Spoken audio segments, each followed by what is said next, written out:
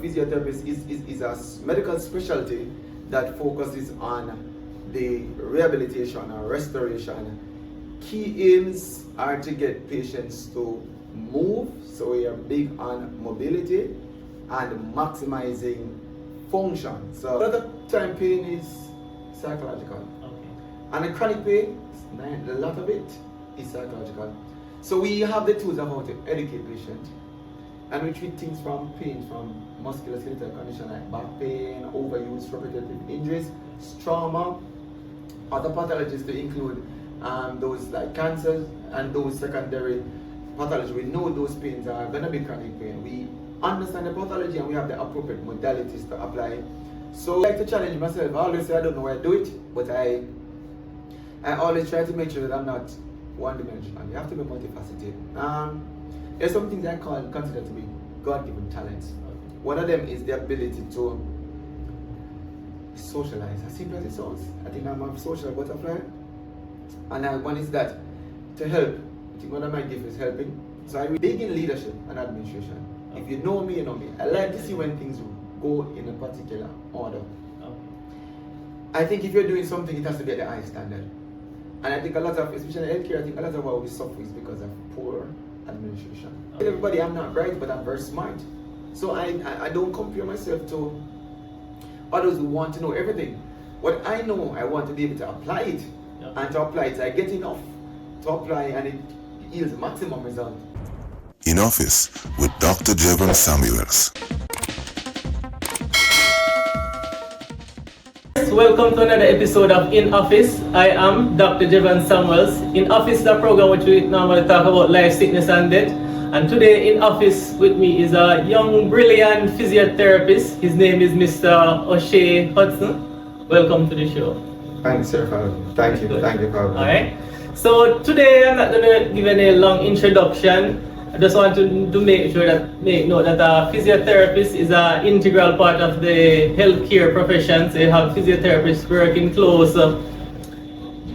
close contact with the doctors, nurses, and other members of the healthcare team. So they are very integral in the well-being of patients, and there are different areas that I know that they are specifically vital, as doctors normally refer them for patients who have respiratory issues like pneumonia and cardiovascular issues, and also if they have like the neurological conditions such as patients who have a stroke, or they may have Parkinson's disease or some other neurological disease.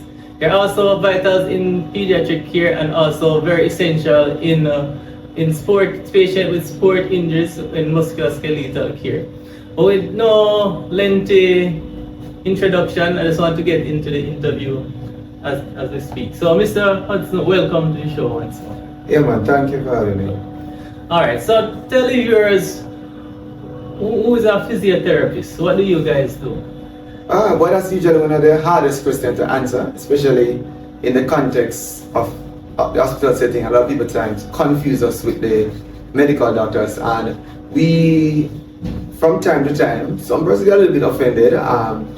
But just to put it in a capsule, a physiotherapist is a medical specialty that focuses on the rehabilitation or restoration.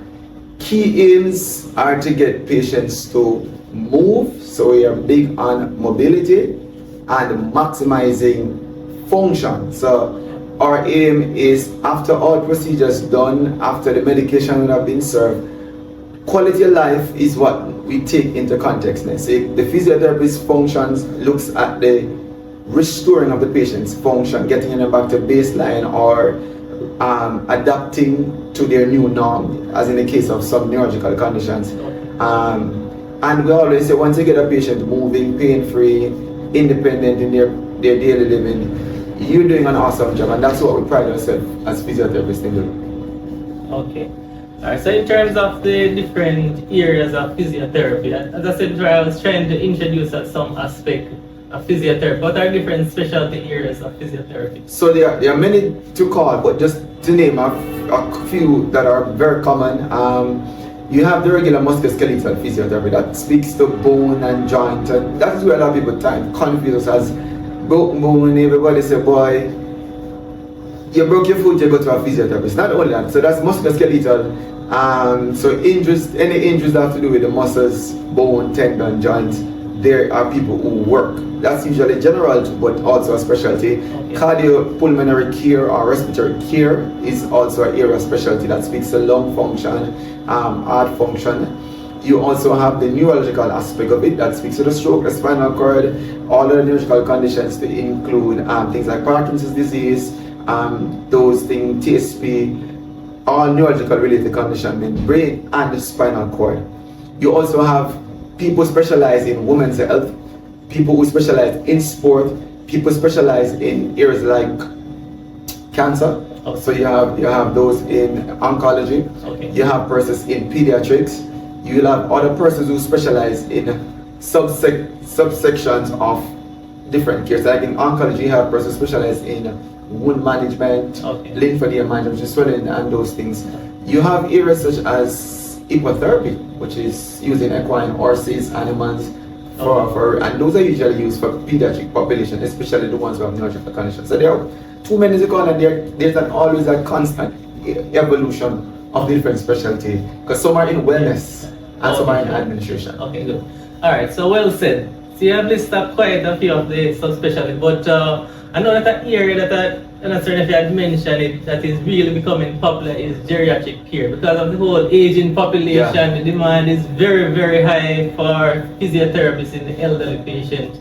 You want to expound on that aspect of physiotherapy? So as you age and as you move along the spectrum of life, things change. The elderly, the frail, those things, they become disabled, and a big part of our context of managing patients is understanding disability for treatment and restoration of function. Okay. But as you age along life, you have to now focus on fitting the patient within that aspect of their life. Things do change, and with changes come the need for key intervention, just like medical care becomes critical. Even the elderly wants to maintain some level of function, and you find that a lot of persons don't understand the changes to the body, and hence and therefore you will have people who are at risk of injuries, Okay. and also suffering injuries and want to get back to that place. You have older people who suffer wear and tear of joints and have pain. The general thing, the frailty that they go through the process that hinders mobility sometimes requires that skilled hand and that learned person to guide them through maintaining function, simple movements, guiding movements, restoring joint movements when it's injured, managing pain, positioning, teaching family members, those things, bedridden cases. Okay. So people are big in geriatrics because the population is aging, Yes. and with age you don't want a reduction in function. Okay, all right. That's it.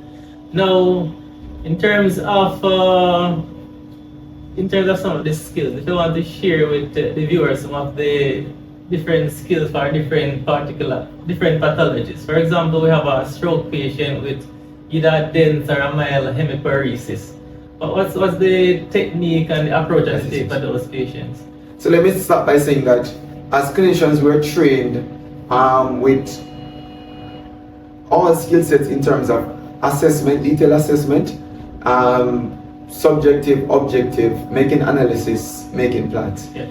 A big part of your subjective assessment it's important. I think that was one of the most important parts as a physiotherapist, because you got to understand the story in order to know what you're searching for, Okay, sure.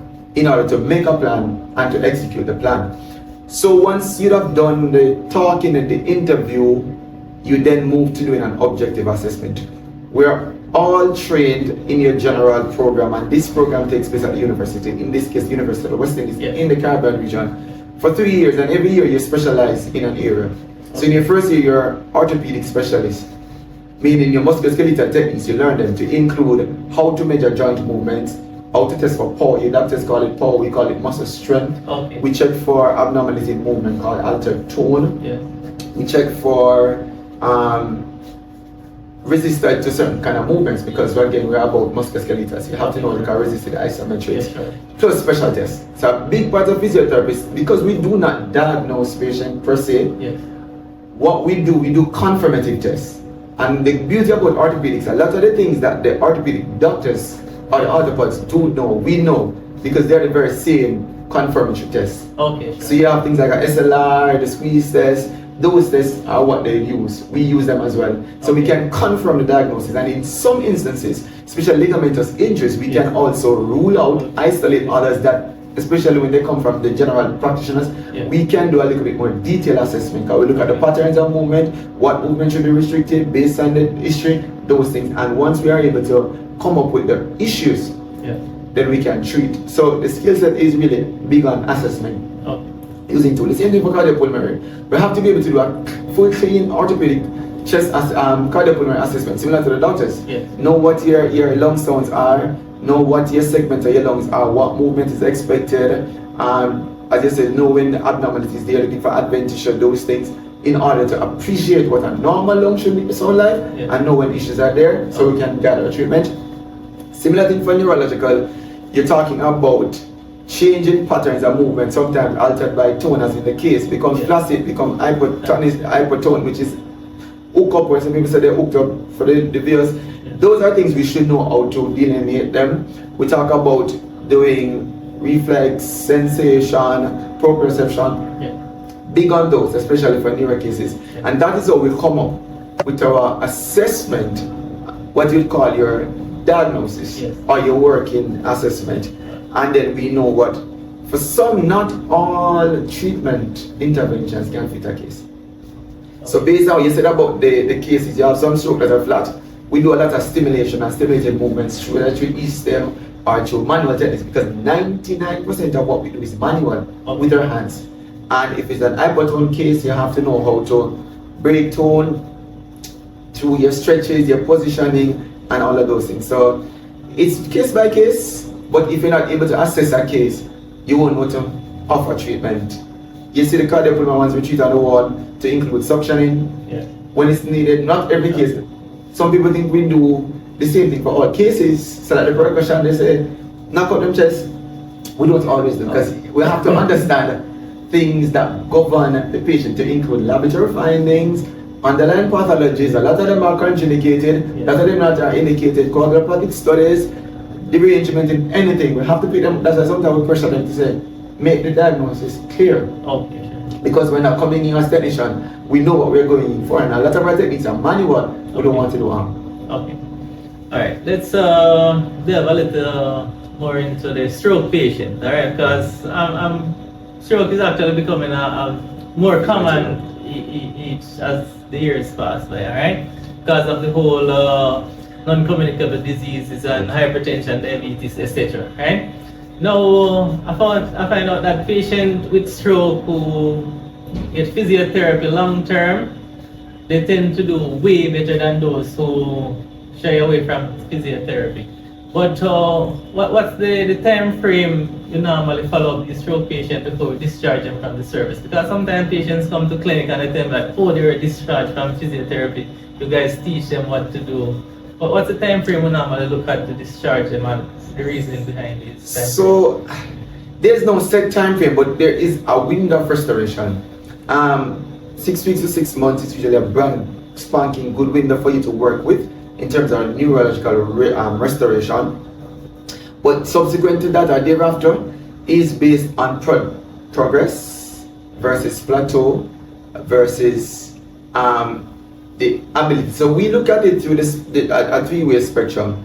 Can things be restored? Is it restorative? Is it a case where you have to learn the patient now, which is called to adapt, habitative, or in some cases it's really palliative, you know you can do. So you just have to support until otherwise. Those are the ones you should spot them from the first and say, there's nothing we can do, because the truth about it, we're not able to fix the unfixable. In that case, if it is chronic strokes that don't have suffered and not being rehabilitated, multiple strokes, those things, we usually try and go in and offer intervention. We think common things like teaching relatives how to position, for mental health, aesthetics, joints, skin care, whatever is there can be protected. In the ones for habitative, you'd have already had a stroke, but the truth about it, some form of deformity, some you'll be, those will persist.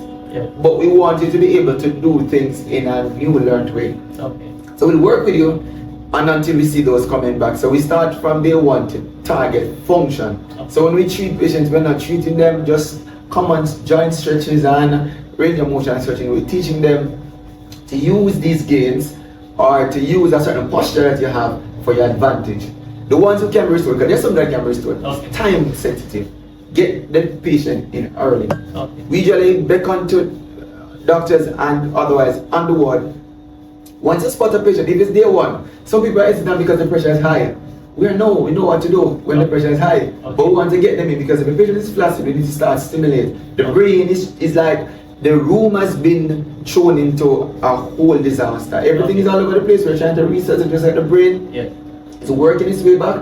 We need to also keep pace with it. So therefore we get them in from day one. We start our stimulation, we start our position when indicated. We start things, once they are cognitive and able to communicate, we start things like E-still. Yeah.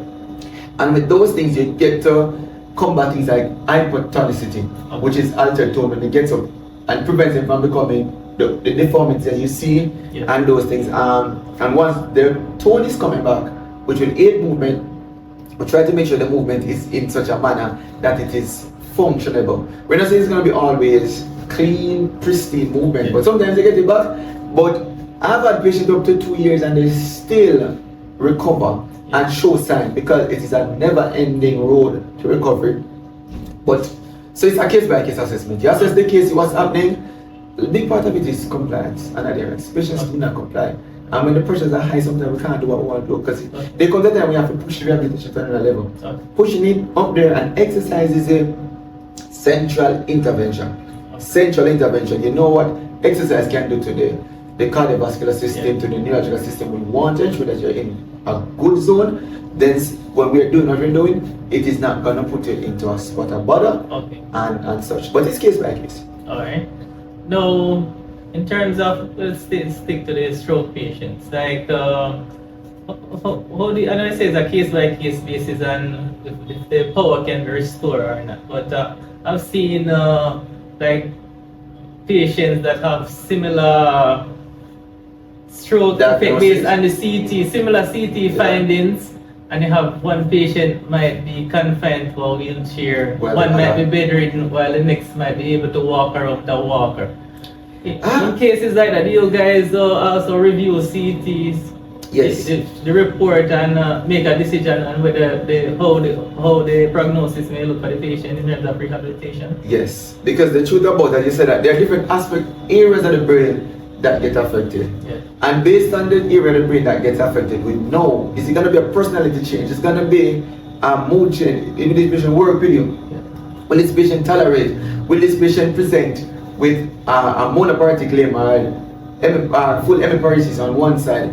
Those are things you want to know. Is it multiple areas in the brain? Is it the first one? And those things. So we want to know so that we can plan. Because a person, for example, a stroke with a personality affect, or say one with the Broca's area being affected, they can present a little bit different in terms of what they can give to you. Not able to express is something a big thing. Because they want to take part and can't say. So therefore we have to plan your rehabilitation different in such a way that they feel involved in the progress, in the process. So some are just sheer other externals like body structure, tie, other pathologies. Because the truth about it, if you have other accompanying pathologies, previous disabilities and other diseases, you might find that you have a similar stroke area being affected, but the outcome is going to be different. So we try to use the same formula as the intervention, but sometimes you have to draw an additional intervention to circumvent those externals.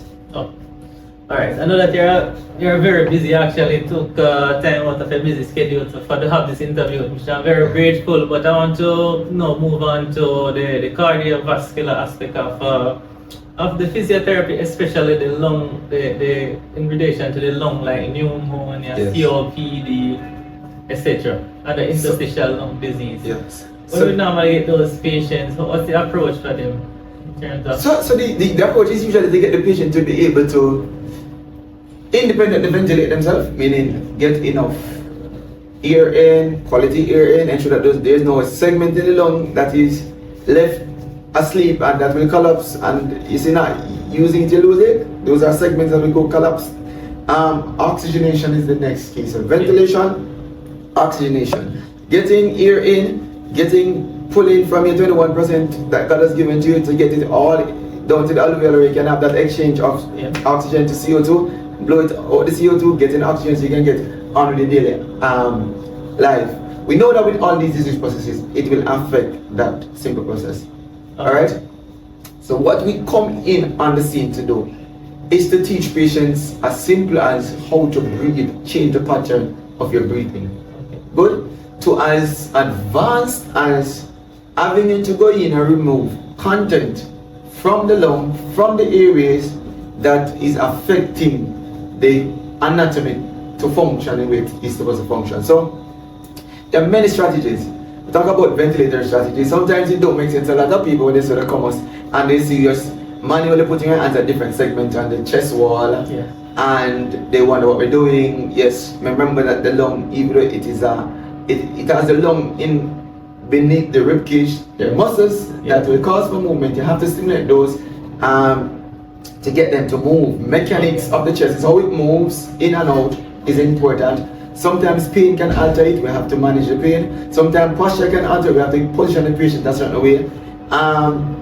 When the lung is blocked up with what you call pneumonia, mucus, there must be a way to get it off. There are some techniques that we give patients. Say for example, positive airway pressure that will cause the airways. When you have a patient, say, inspire or expire, so intense inspirator, let's do that one. Let that collapse lung, and we want the airways to open back up. We have patients take a lot of deep breath. Sometimes they're not able to take a deeper breath, or even taking a deeper breath, we want to have a measured pressure. With an incentive parameter, they take a deep breath in, the device will offer you pressure that will able to, the generated pressure will open the airways. Positive pressure now is breathing against that pressure. So you're breathing out against a pressure of a device that then causes an opening of the area, wider opening, and keep that area open so the cold and the mucus can move up. So those are devices you use. Sometimes postural drainage positioning. Some people are the invasive ones, like myself. We like to go in and clear airways from babies, neonates, to elderly. You have to go in and cover the suctioning to get sure that the airway is clean. It's just do the percussion and the knocking, and that is to get secretions off, dislodge from the alveolar, the structure of the lung, so that it's loose. We shake, we operate with percussors, and then we clear. Because we know the value of the airway. Definitely. And if the lung is not working, your heart is going to be under a problem. 20 must to work together to keep you alive. The moment your heart stops, sometimes you can be resuscitated, but we rather to have an optimized lung and an optimized heart. Sometimes it's not lung, sometimes it's purely heart. So we have cardiac rehabilitation is to get heart function up through exercise, and those are special cases where you have to prescribe exercise based on the parameters they have, and to get their heart to function even with whatever underlying issues. So it is very interesting. That's the area I like, and a lot of people will say that's the area they like, because a lot of times when you can get patients from a state of being in distress, not able to breathe on a ventilator, take them off, you get the greater gratification. Okay, alright, sure. Alright, now I say you like this chest area, but during the time of COVID, I was so worried for the physiotherapists, you know. But in COVID, you guys had stopped doing the chest physio for them, and then you guys had started after later. We didn't stop in actual fact, we didn't stop. What had happened is a lot of us had to be mass fitted, and fitted in such a way that our group had more greater scrutiny. Why? We do a lot of aerosolized generating procedures, and that means we're going to provoke the same sputum that contains the COVID pathology, and that is going to expose the rest of the people. So we have to be very careful with the techniques that we do. But guess what? If it was needed, we had to go in and do it. You had therapists who laid themselves very vulnerable to clear an area. We still had to go to ICU. We had COVID patients. We still had to go to the isolated wards. A lot of us got unscathed because we worked on the medical ward. If you understand the procedure, then you had patients coming with symptoms, suspicious, interviews with them, and then 2 years they have COVID. And if you know what only thing we had to stop, the major thing that came very awkward to us, we couldn't tell patients to cough for the most part. And we found it awkward because the quality of your cough, the sound of your cough also helps us to plan our program. So we weathered it. Thankfully, people like me, I wasn't really mass fitted, but I didn't get too big a beating from the cases because we always, and you can, our group is a group that you probably see that takes universal precaution. Yeah. We practice it from school because we're in people's face areas, close touch, interfacing with people. We have to use our face masks, our gowns, our shields. So for us, COVID in one end wasn't too big of an adjustment in wearing PPEs. It's just that the techniques we could do, we had to restrict them. Okay. I'm not certain if you noticed recently that we have an increase in the incidence of tuberculosis. Yeah. And that's going to be the next area which we have to be mindful of for the physios. So now we need to be a little bit more vigilant with the regular pneumonia and So might I tell you that coming into the profession, the only thing I knew as something that you had to be really scared about was TB. Okay. So we learned about SARS-CoV in school, SARS-CoV-2 in school. We learned about TB, we learned about Ebola.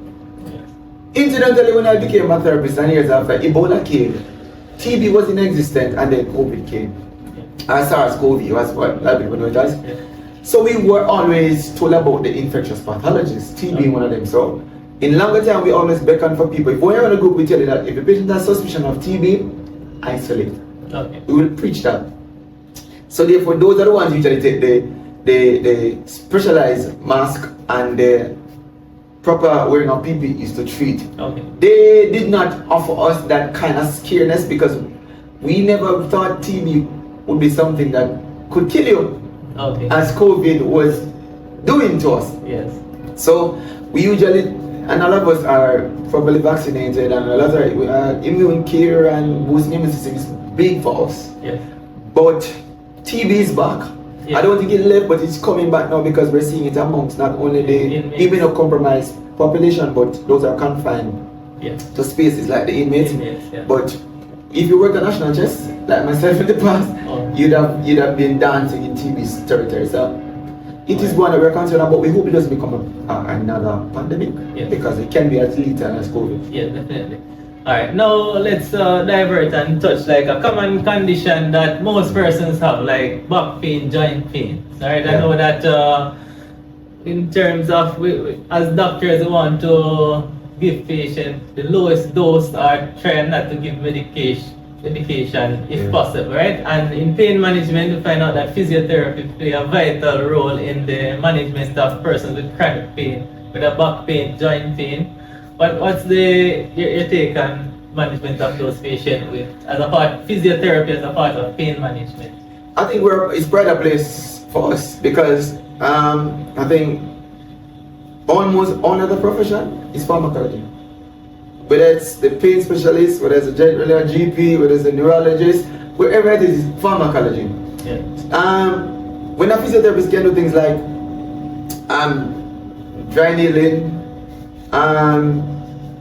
acupuncture, yes, people can do it. Joint mobilization, application of electrical modalities, application of thermal modalities, stretching and positioning, exercise for pain, things like massage. We have almost everything, Oh. to include education, because a lot of time pain is psychological, Okay. and the chronic pain, a lot of it is psychological. So we have the tools of how to educate patients, and we treat things from pain, from musculoskeletal condition like back pain, overuse, repetitive injuries, trauma, other pathologies to include those like cancers and those secondary pathology. We know those pains are going to be chronic pain. We understand the pathology and we have the appropriate modalities to apply. So I always say pain will disable you. And if you are having pain and you are not aware of us, I always say ask the doctor for the referral. And I always say to the doctor, if the patient is having pain, don't rely on the pharmacology only. Send the patient, because you'll find out pain is going to restrict your function. And even if it's a temporary relief, when they see us sometimes with things we do with the patients and how the patient responds, they're like, wow. And that is why I can tell you for free, our clinic sees majority of patients are repeated patients with chronic pains, but they do come, they don't get a relief. Some of them get significant relief because there comes a time you have to equip, educate, provide equipment that you need, provide the tools of the do's and don'ts, and the patient go home and implement it. It works. Okay. Changing your bed, changing your footwear, sitting at a certain place, applying e-pads, applying ice, applying those things, they work. Some of the bigger machines they can't apply, but they do come in, and that is why a lot of people in private care, they're big in pain management of any sort or issue. So it is, to me, this one of the stronger pillars of physiotherapy, pain management. Good. Alright, so some other questions I want to ask you apart from managing patients or like some other, I mean like day-to-day stuff. Like first thing I want to ask, like how do you, alright, why did you choose like a physiotherapy instead of another profession? Another medical specialty? It's a long story, I'll make it very short. I came out of high school wanting to do two things. As a former athlete, I wanted to do physiotherapy, which like many other athletes do jumping physiotherapy because the significance of physiotherapy in sport. And I wanted to do dentistry as well. I did apply for dentistry, got through, couldn't afford the program. Okay. And I had to just say, let me do physiotherapy first and then go back to dentistry. Okay. Did 1 year physiotherapy, was the switch to dentistry. Did the switch, the rest is history. Okay. So it came along with my liking for sports, but then once I figured out what my passion was to help people, I said, well, let me jump into staying in on what I know could be beneficial to a lot of people, and that's care, quality care, functional care, and I stayed with physiotherapy. Okay. And so I know that another thing I admire about you is your leadership qualities. Right? Always you've been very involved in other extra working activities, your leadership, social events, etc. How do you balance those extracurriculars with the hectic job that you have? Well, I like to challenge myself. I always say I don't know why I do it, but I always try to make sure that I'm not one-dimensional. You have to be multifaceted. There's some things I consider to be God-given talents. One of them is the ability to socialize, as simple as it sounds. I think I'm a social butterfly. And one is that to help. I think one of my gifts is helping. So I really, once I can, I will. Then I have over the years, I've owned some skills in terms of public speaking, emceeing, and people discover that they're calling and I don't say no. Okay. I am big in leadership and administration. Okay. If you know me, you know me. I like to see when things go in a particular order. Okay. I think if you're doing something, it has to be at the high standard. And I think a lot of, especially healthcare, I think a lot of what we suffer is because of poor administration. Okay. So I have really stepped into that area, and as simple as it is to teach and impart and pass on my knowledge with interns, with students, I try to ensure that they not only learn the clinic basic of it, they learn the administrative importance. Okay. I also am big in transformative leadership, so I want to see better. Okay. So I've advanced myself up. Sometimes you see me get a little involved because I have the skill sets. Yes. I have the know-it-all, and I have time. Okay. So that thing, I make time for the areas that I think need work, and I learn myself. So it's called work-life balance, and I try to do it as best as I can. No problem. Alright, next, what are for young persons that are watching this podcast and are interested in becoming a physiotherapist? There are some advice that you would have to give them in terms of the courses that they should study, the approach to studying, and the stress that they will feel with the job. Can you just expand on those areas, please? So let's start at the basics. Alright, if you're going into any medical profession, nursing, doctor, physiotherapist, whatever, the sciences are your go-to. So the doctors almost similar. I'm going to say this, don't misinterpret it. Almost a similar qualification to get into med school. Yeah. It's the same thing you can have to get into physiotherapy school in terms of the clear sciences, chemistry, physics, biology, math is counted. Yes. And once you get in the program, as I said before, it can be studied overseas, but if you're in the Caribbean, it's at the University of West Indies, Mona. Yeah. 3 years, rigorous years. I think it's one of the most ill-thought of program of how it's taught, because they give you 5 years to finish it, but 3 years the curriculum is because it's very dense. Oh. You're learning anatomy, learning physiology in the magnitude you're learning it, just like the doctors do. And you have to grasp it because all your career depends on knowing the human body, inside and outside. You gotta know it. So position yourself there first. Have the passion to work hard. Physiotherapy is a labor-intensive job. Your bodies, your mind, and your will has to be about hard work.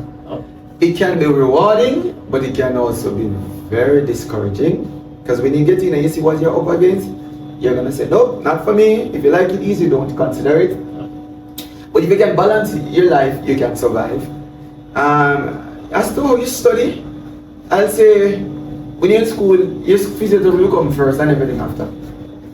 Figure out how you can study. I tell everybody I'm not bright, but I'm very smart.